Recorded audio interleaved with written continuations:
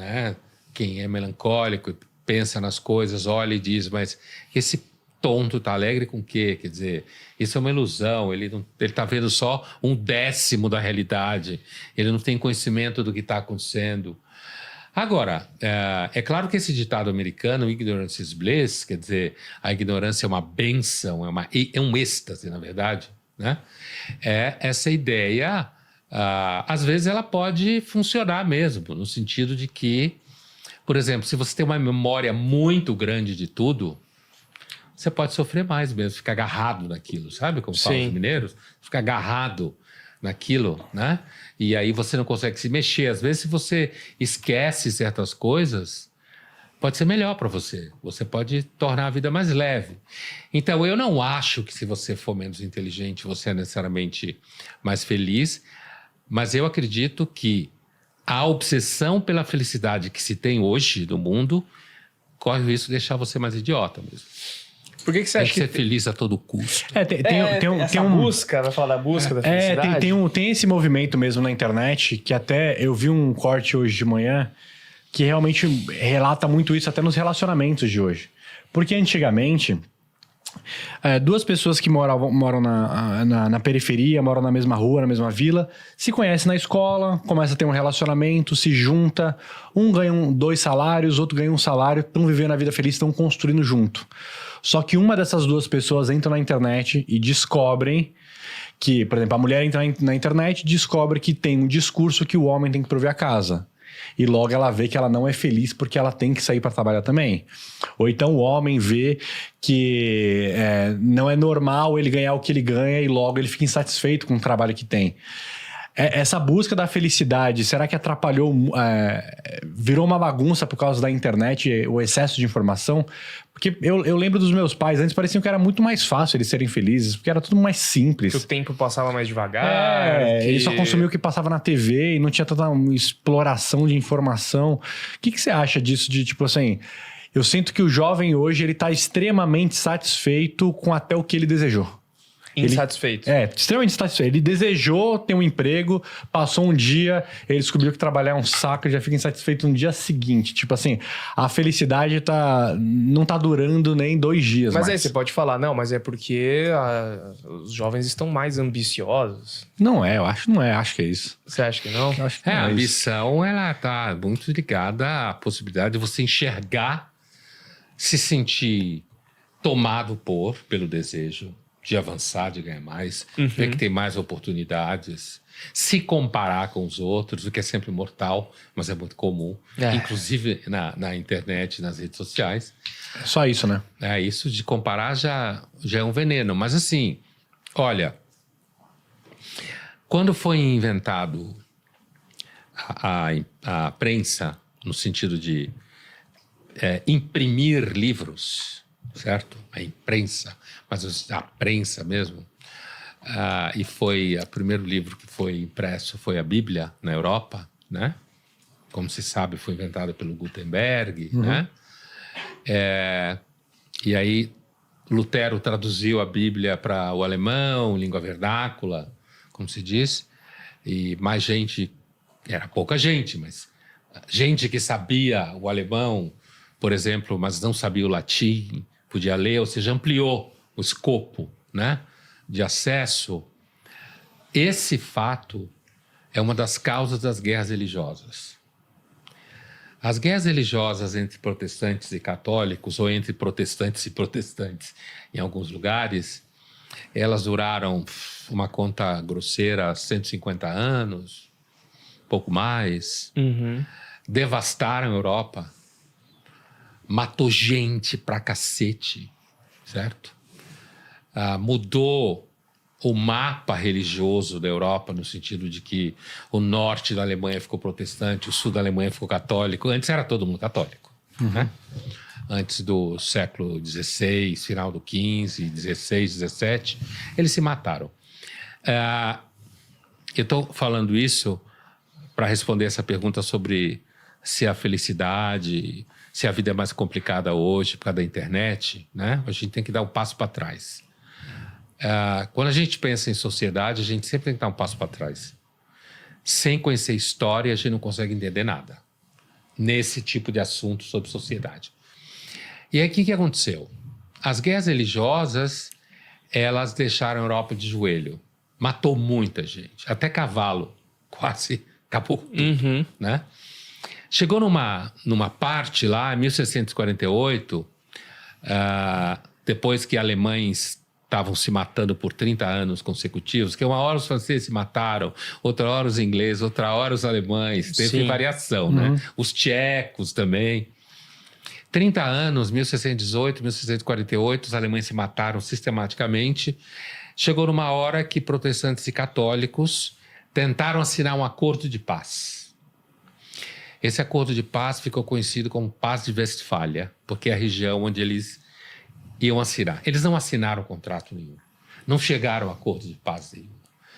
Mas ali aconteceu a Paz de Westfália, por quê? Porque os protestantes e católicos estavam tão exauridos, tão destruídos, que eles não aguentavam mais fazer guerra. E ali, as guerras religiosas foram paulatinamente desaparecendo da Europa e nasceu o Estado moderno. Nasceu a ideia de que cada estado tem a religião que quiser, entre aspas. Na Inglaterra, na mesma época, Locke já estava escrevendo as cartas sobre a tolerância, ou seja, a pessoa tem o direito de ter a religião que quiser. Começou com religião, depois avançou por outras coisas. Tem direito a ter propriedade privada. O que eu quero dizer? Sempre que há uma transformação no mecanismo de distribuição de informação e de aquisição de informação, a sociedade pira. Pira no sentido que ela mexe, né? Sim. Foi assim com as guerras religiosas e o nascimento do Estado laico, como se diz, não religioso. Foi assim na primeira metade do 20, quando o rádio bombou. O fascismo não teria sido o que foi, ou dificilmente teria ido tão rápido se não fosse o rádio. E isso que eu estou falando não tem nada de novo, hein? Isso é sabido. Sim. Quer dizer, o rádio foi fundamental para Mussolini, foi fundamental para o Hitler e quaisquer outros movimentos políticos, como os soviéticos e tal. Ou mesmo no Brasil, né? Ou seja, mídia de novo, circulação de informação, acesso à informação. Controle de narrativa também, né? Aparecem outras narrativas. Ou seja, portanto, é absolutamente natural no sentido de normal historicamente falando, que quando surge internet e redes sociais, o mundo pire. Entende? Você comece a vislumbrar possíveis mudanças, você comece a experimentar certa desorientação, você comece a ficar em dúvida, pô, se fala isso ou se fala menos isso? Isso é verdade ou menos isso é verdade? Quer dizer, se comparar o que se chama hoje de narrativa, né? Mas que a ideia de narrativa, não existe verdade só narrativa, vem da Grécia também. Só que eles não falavam a palavra narrativa. Essa palavra foi inventada pelos pós-modernos no século XX. Então, assim, portanto, uma vez que a internet chegou, as redes sociais chegaram, elas sim transformam, a gente não sabe ainda a que ponto, porque a gente está atravessando isso. Sim. Talvez daqui 100 anos alguém consiga falar. Assim como hoje a gente consegue falar sobre as guerras religiosas. Quem estava se matando nas guerras religiosas eles não sabiam que o que eles estavam fazendo iria levar à separação de religião e Estado. Eles não sabiam disso. Entende?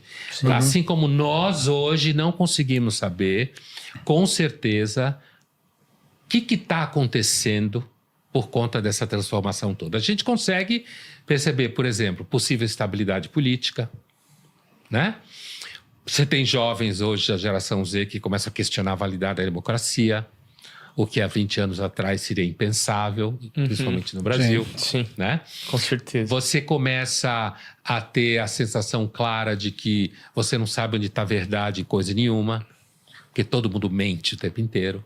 Inclusive, fake it until you make it, quer dizer, finge e mente para fazer bom negócio, certo?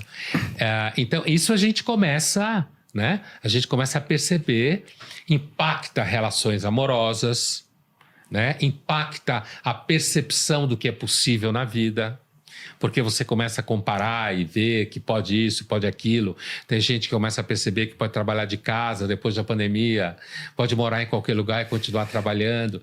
Então, tem aí um curso que torna a vida mais complexa mesmo. Sim. E que gera um sentimento Isso que vocês falaram do seu pai, da sua mãe, não sei o quê. Isso é um sentimento, um resto do sentimento romântico, sabe? Não romântico de amor. Romântico do que é o romantismo, o mal-estar com a modernização. Uhum. A ideia de que antes o mundo era melhor.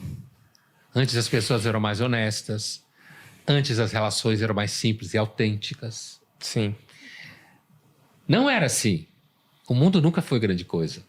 Mas seguramente você tinha menos comparação, você tinha menos chance de desmantelar o que aparece na sua frente e você tinha menos opção. Uma das coisas que pode destruir a vida de uma pessoa é ter opção. E a internet traz muita opção. Enorme opção, inclusive opção de gente. Sim. Né? No caso de conhecer pessoas, como você falava, Sim. comparar estilos de vida. Então, quanto mais opção você tem, a chance de você ficar mais angustiado, com a sensação de que você está atrás dos outros, que você não conseguiu. Isso você só fazia quando você encontrava as turmas depois de 30 anos, como era comum em escolas e faculdades, e você via quem tinha dado certo, quem não tinha dado certo, quem era feliz no casamento, quem não era, quem tinha filho problema, pepino, quem tinha filho encaminhado, né? Agora você compara a cada segundo a vida. Dá ruim mesmo. Mas o ser humano busca isso, essa comparação? É provável que sim, em alguma medida sim, porque você está do lado, era muito comum se comparar irmãos. É claro que tem pais que faziam mais isso e faziam menos isso. Pai que faz comparação entre filhos, eu acho meio escroto, né? Totalmente. Mas sempre tem um filho preferido, não tem, não? Mesmo que tenha, você não fala. E nem sei se dá para dizer que tem um filho preferido. O que dá para dizer é que seguramente tem filhos ou filhas que você tem mais similaridade de temperamento.